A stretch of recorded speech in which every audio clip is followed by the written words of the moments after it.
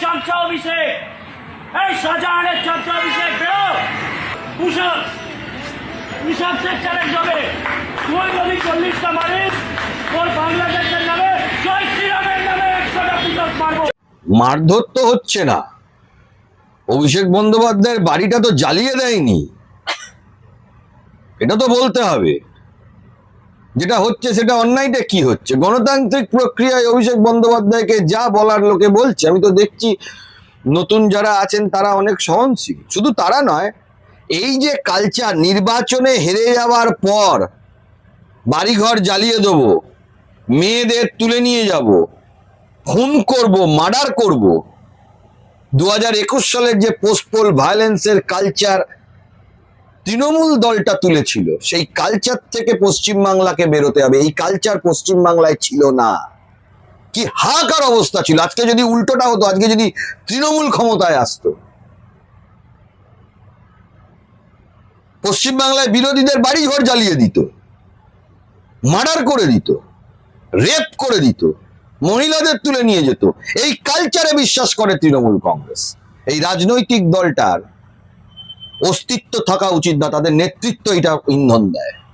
Trinamool supremo এবং অভিষেক বন্দ্যোপাধ্যায়ের একটা ভিডিও দেখান যেখানে তারা বলছেন যে না, বিরোধী দলের কর্মীদের মারধর করবেন না। দেখান, আপনি দেখাতে পারবেন না।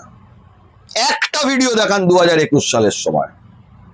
তৃণমূল কংগ্রেস সরকার যখন চলে গেল পশ্চিম বাংলা থেকে, কজন তৃণমূলের কর্মী, 4-5টা হতে পারে সারা রাজ্যে, যাদের প্রাণহানি হয়েছে, যাদের বাড়িঘর জ্বালিয়ে দেওয়া হয়েছে, তারা মার্ডার হয়েছে, কজন? তো একটা জিনিস পজিটিভ এবং ইঙ্গিতপূর্ণ দিক, সেটা হলো যে ওএমআরটা পাবলিশ হয়েছে। সরকারের কাছে এই আবেদনও আমি করব। এই যে এসএসসি মামলাতে ওএমআর বেরিয়েছে, সুপ্রিম কোর্ট কিন্তু 5টা ক্যাটাগরাইজেশন করেছে কারা কারা টেন্টেড। ভালো করে শুনে নিন। 1 নম্বর হলো ওএমআর মিসম্যাচ, এরা টেন্টেড। র্যাঙ্ক জাম্পিং, ধরুন ওএমআর ঠিক আছে কিন্তু র্যাঙ্ক জাম্প করেছে, তারা tainted. Out of panel appointment, প্যানেলের বাইরে থেকে অ্যাপয়েন্টমেন্ট দেওয়া হয়েছে, তারা টেন্টেড। উইদাউট রেকমেন্ডেশন অ্যাপয়েন্টমেন্ট পেয়েছেন, তারা টেন্টেড। আরো একটা ক্যাটাগরি টেন্টেড আছে, এক্সপায়ারি অফ প্যানেল। এই এসএসসি পরীক্ষায় আমি আপনাদেরকে বলছি, জেনুইন ক্যান্ডিডেট যারা, তাদের সেগ্রিগেশন করা সম্ভব ছিল। আমি বলছি এটা ছিল। এখন কি আইনি প্রক্রিয়া হবে না হবে যেটা সরকার ঠিক করবে, কিন্তু এদেরকে বাঁচানোর প্রক্রিয়া ছিল, যেটা আগের সরকার ইচ্ছাকৃতভাবে এইটাকে গুলিয়ে দেওয়ার জন্য করেনি, যার বলি হয়েছে এই 26,000-এর একটা বড় অংশ। আজকে আমি দেখছিলাম যে কিছু ওই টেন্টেড ক্যান্ডিডেট, হ্যাঁ মানে বেশ কিছুদিন সোশ্যাল মিডিয়ায় দেখছিলাম, গেরুয়া আবির মেখে বসে আছে। সে গেরুয়া আবির মাখুক, লাল আবির মাখুক, সবুজ আবির মাখুক, অন্য কোনো রেনবো আবির মাখুক, এই এমআর 2024 সালে এপ্রিল মাসে যখন সুপ্রিম কোর্ট জাজমেন্ট দিয়েছিল, তার 1 সপ্তাহের মধ্যে বার করতে হতো। দীর্ঘ প্রতীক্ষার অবসান, নতুন সরকার কাজে এসেছে, ওএমআর বেরিয়েছে। কিন্তু শুধু ওএমআর বার করলেই হবে না। আমি সরকারের কাছে আবেদন করব যে যত পরীক্ষা হয়েছে পশ্চিমবাংলায় 2011 সালের পর থেকে আর 26 সাল পর্যন্ত যত লোক চাকরি পেয়েছে, একটা জুডিশিয়াল এনকোয়ারি কমিশন করা দরকার। এনকোয়ারি কমিশনের মাথায় একজন বিচারপতি থাকবেন। সেই বিচারপতি এটাকে নিয়ে তদন্ত করে, সেই কমিটিতে অনেককেই রাখা যেতে পারে, তদন্ত করে, যারা চাকরি করছেন তাদের প্রতিনিধিরাও থাকতে পারে, তদন্ত করে সঠিকভাবে কারা জেনুইন আর কারা চুরি করে চাকরি পেয়েছে এটা বার করতে হবে। এই যে পাবলিক সার্ভিস কমিশন, এটা পুরো একটা চুরির জায়গা ছিল 11 সাল থেকে 2026 সালের 8ই মের আগে অবধি। কলেজ সার্ভিস কমিশন, এটা আরেকটা চুরির জায়গা। West Bengal board of primary education, সারা বিশ্বের সব থেকে বড় চুরির জায়গা, মানে চাকরি চুরির জায়গা। এসএসসিটা তো শুধু ধরা পড়েছে। যতগুলো পঞ্চায়েত মিউনিসিপ্যালিটি আছে তাদের যে রিক্রুটিং এজেন্সি, সব এক একটা চুরির জায়গা। তবে এই চুরির জায়গাগুলো থেকে জেনুইন ক্যান্ডিডেট যারা, আবারও বলছি, জেনুইন ক্যান্ডিডেট যারা, তাদেরকে আলাদা করে রেখে যেগুলো টেন্টেড ক্যান্ডিডেট সেগুলোর ওপরে আমার মনে হয় জুডিশিয়াল একটা এনকোয়ারি কমিশন সমস্ত চাকরি নিয়ে। সারা পশ্চিমবাংলার চাকরি দুর্নীতি নির্বাচনের একটা সবথেকে বড় ইস্যু, এটা আমরা জানি। নির্বাচনের একটা সবথেকে বড় ইস্যু ছিল, one of the issues. Lakh lakh ছাত্রছাত্রী যাদের জীবন এই 16 বছরে 15 বছরে জীবন ধ্বংস হয়ে গেছে। এই যে এসএসসি মামলাতে ওএমআর বেরিয়েছে, সুপ্রিম কোর্ট কিন্তু 5টা ক্যাটাগরাইজেশন করেছে কারা কারা টেন্টেড। ভালো করে শুনে নিন। 1 নম্বর হচ্ছে হলো ওএমআর মিসম্যাচ, এরা টেন্টেড। র্যাঙ্ক জাম্পিং, ধরুন ওএমআর ঠিক আছে কিন্তু র্যাঙ্ক জাম্প করেছে, তারা tainted. Out of panel appointment, প্যানেলের বাইরে থেকে অ্যাপয়েন্টমেন্ট দেওয়া হয়েছে, তারা টেন্টেড। উইদাউট রেকমেন্ডেশন অ্যাপয়েন্টমেন্ট পেয়েছেন, তারা টেন্টেড। আরো একটা ক্যাটাগরি টেন্টেড আছে, expiry of panel. Second phase counselling এর পর 9, 10, 11, 12 সেকেন্ড ফেজ কাউন্সিলিং এর পর যা যা অ্যাপয়েন্টমেন্ট হয়েছে তাদের অ্যাপয়েন্টমেন্ট আইনে থাকতে পারে না, এবং সেটা সুপ্রিম কোর্টের রায়ের মধ্যে খুবই স্পষ্টত বলা আছে। আজকে আমি দেখছিলাম যে কিছু ওই টেন্টেড ক্যান্ডিডেট, হ্যাঁ মানে বেশ কিছুদিন সোশ্যাল মিডিয়ায় দেখছিলাম গেরুয়া আবির মেখে বসে আছে। সে গেরুয়া আবির মাখুক, লাল আবির মাখুক, সবুজ আবির মাখুক, অন্য কোনো রেনবো আবির মাখুক, সেকেন্ড ফেজ কাউন্সিলিং এর পর যত অ্যাপয়েন্টমেন্ট হয়েছে 2016 এসএলএসটি, সেগুলো হলো টেন্টেড ক্যান্ডিডেট। এবং সুপ্রিম কোর্টের রায়ে ইল্লিগাল অ্যাপয়েন্টিস, সুপ্রিম কোর্টের রায়ে একদম স্পষ্টত বলা আছে। এই টেন্টেডের সংখ্যা নিয়ে আগের রাজ্য সরকার লড়াই চালিয়ে যাচ্ছিল। তো একটা জিনিস পজিটিভ এবং ইঙ্গিতপূর্ণ দিক, সেটা হলো যে ওএমআরটা পাবলিশ হয়েছে। সরকারের কাছে এই আবেদনও আমি করব, নতুন সরকার যখন কাজে হাত দিয়েছে, কাজ শুরু করেছে, যে কোন কোন ক্যাটাগরিতে কারা কারা পড়ে। ধরুন ফার্স্ট ফেজে এরা পড়ে, সেকেন্ড ফেজে এরা পড়ে, সেকেন্ড ফেজের পরে expiry of panel, 3rd, 4th, 5th, 6th, 7th, 8th, 9th, 10th, 11th round of counselling, তারপরে র্যাঙ্ক জাম্প, ওএমআর, এরকম ক্যাটাগরি ওয়াইজ একটা চার্ট প্রকাশ করে দিতে। চাল থেকে কাপড়ের কথা বলছেন? অ্যাবসলিউটলি। এই এসএসসি পরীক্ষায় আমি আপনাদেরকে বলছি, জেনুইন ক্যান্ডিডেট যারা, তাদের সেগ্রিগেশন করা সম্ভব ছিল।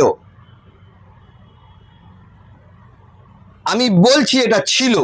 এখন কি আইনি প্রক্রিয়া হবে না হবে যেটা সরকার ঠিক করবে, কিন্তু এদেরকে বাঁচানোর প্রক্রিয়া ছিল, যেটা আগের সরকার ইচ্ছাকৃতভাবে এইটাকে গুলিয়ে দেওয়ার জন্য করেনি, যার বলি হয়েছে এই 26,000-এর একটা বড় অংশ। আমি আবারও বলছি, ফার্স্ট ফেজে কারা অ্যাপয়েন্টমেন্ট পেয়েছেন, সেকেন্ড ফেজে কারা অ্যাপয়েন্টমেন্ট পেয়েছেন within the validity of the panel, second ফেজের পরে যারা অ্যাপয়েন্টমেন্ট পেয়েছেন বা যারা expiry of panel, rank jump, out of panel, out of without recommendation, এই যে ক্যাটাগরিগুলো সুপ্রিম কোর্ট ভাগ করে দিয়েছে, এই ক্যাটাগরাইজেশনের ওপরে একটা লিস্ট বেরোক সমস্ত ডকুমেন্ট দিয়ে। দেখুন, সেন্ট্রাল ব্যুরো অফ ইনভেস্টিগেশনের হাতে কেসগুলো রয়েছে, আর এই এত বড় চাকরি চুরি যারা হাইয়েস্ট অথরিটি তৎকালীন সরকারের ছিল, তাদের যদি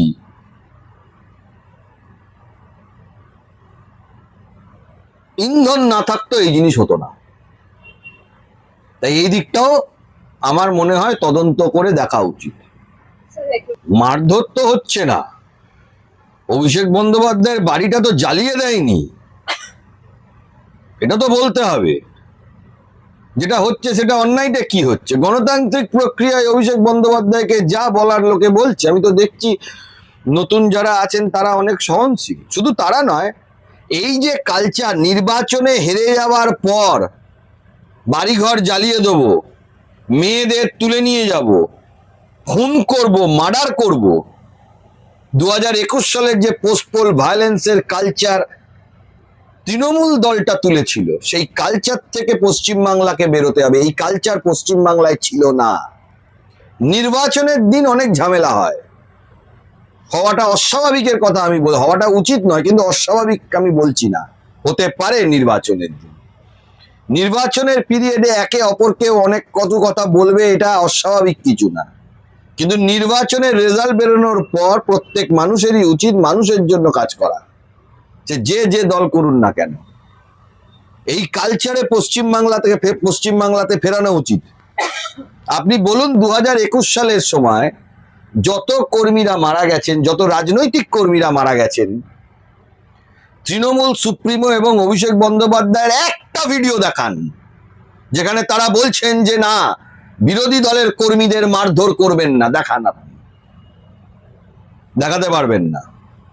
একটা ভিডিও দেখান 2021 সালের সময়, একটা পাবলিক স্টেটমেন্ট দেখান, দেখাতে পারবেন না। পোস্টপোল ভায়োলেন্সের কি হাহাকার অবস্থা ছিল। আজকে যদি উল্টোটা হতো, আজকে যদি তৃণমূল ক্ষমতায় আসতো,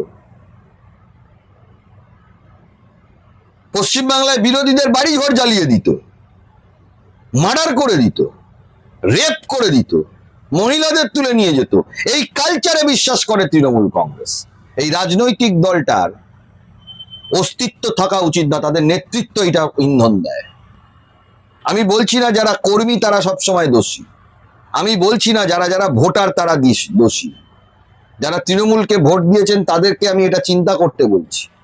এই আপনারা যারা তৃণমূল না, যারা দেননি তৃণমূলকে ভোট, তাদের কথা আমি বলছি। যারা তৃণমূলকে ভোট দিয়েছেন আপনারাই চিন্তা করুন, তৃণমূল কংগ্রেস সরকার যখন চলে গেল পশ্চিমবাংলা থেকে, কজন তৃণমূলের কর্মী, 4-5টা হতে পারে সারা রাজ্যে, যাদের প্রাণহানি হয়েছে, যাদের বাড়িঘর জ্বালিয়ে দেওয়া হয়েছে, তারা মার্ডার হয়েছে, কজন? বিক্ষিপ্ত 4-5টা ঘটনা দেখালে তো হবে না। এগুলো করা দরকার নতুন সরকারে, নইলে এগুলো দৃষ্টান্ত করে রেখে দেবে। কোনো রাজনৈতিক দল এগুলোকে প্রশ্রয় দেয় না, কোনো রাজনৈতিক দল, কোনো সাধারণ মানুষ, কেউ এগুলোকে প্রশ্রয় দেয় না, যে কাজ তৃণমূল কংগ্রেস সরকার করেছে। রাজনৈতিক দলগুলোকে তো বলতে শোনা যাচ্ছে, তৃণমূল বাদে রাজনৈতিক দলের যারা নেতা, ধরুন বিজেপিরই যারা নেতা বা বামপন্থীদের যারা নেতা, তারা তো বলছেন যে এলাকায় শান্তি শৃঙ্খলা বজায় রাখুন, কারুকে এরকম মারধর এই জাতীয় জিনিস করবেন না, এটা বলতে শোনা যাচ্ছে। তৃণমূলের নেতারা তো বলছেন না, 2021 সালে তো বলেননি। তা এটা বলা যাচ্ছে, দেখছি মানুষ বলছে, এখন ক্ষোভের বহিঃপ্রকাশ আছে, এটা অস্বীকার করার জায়গা নেই। তবু আমিও বলবো যে আপনারা শান্তি শৃঙ্খলা বজায় রাখুন। যদি ভাইস চ্যান্সেলর বলুন, রাস্তার লোক বলুন, যেই বলুন, কোনো অন্যায় আগে করে থাকে সংশ্লিষ্ট দপ্তরে কমপ্লেন করুন। সরকার তো কাজ করছে, এখন শুরু করেছে কাজ করতে। নতুন সরকারকে তো 6 মাস 1 বছর সময় দিতে হবে, এরকম তো ব্যাপার নয়। তো তারা আইনে যেটা আছে সেইটা দিয়ে করুন। সরকার আসবে, সরকার যাবে, কিন্তু আইনে যেটা আছে সেইটা করুন।